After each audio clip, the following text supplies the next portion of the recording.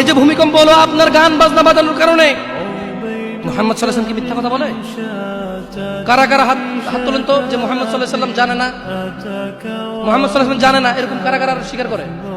আল্লাহ নবী বলেছে, যখন বাদ্যযন্ত্র বেড়ে যাবে, গায়িকারা সম্মুখে এসে নাচবে, তুমি অপেক্ষা করো, পাহাড়গুলো কেঁপে উঠবে, পৃথিবীটা নড়ে উঠবে। জালজালা ইযা জুলজিলাতিল আরদু জিলজালাহা, যখন পৃথিবী প্রবল কম্পনে প্রকম্পিত হবে। ওয়া খরাজাতিল আরদু আসকালাহা, যখন এই মাটি তার ভিতরে যা আছে একদম লাথি মেরে বের করে দেবে, লাশ হোক আর যাই হোক, মাটি বলবে যে বের হো, বের হো আমার থেকে, বের হো, আমি তোর আর কাউকে রাখবো না।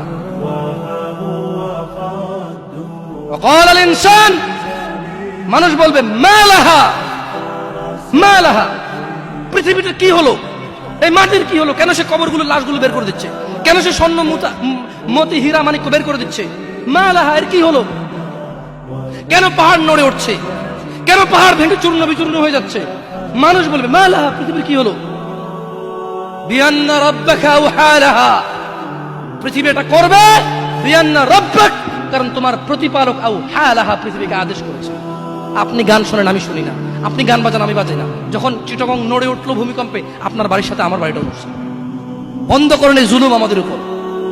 আল্লাহর দিকে তাকিয়ে বন্ধ করেন, আল্লাহর দিকে তাকিয়ে বন্ধ করেন। আপনার বাড়িটা যদি ভেঙে ফেলার ইচ্ছা হয়, বুলডোজারে ভেঙে ফেলেন, কেউ ধরবে? কেউ জিজ্ঞেস করবে আপনাকে? আপনি গান বাজনা শুনে এভাবে পৃথিবীতে বিপর্যয় নিয়ে আসতেছেন।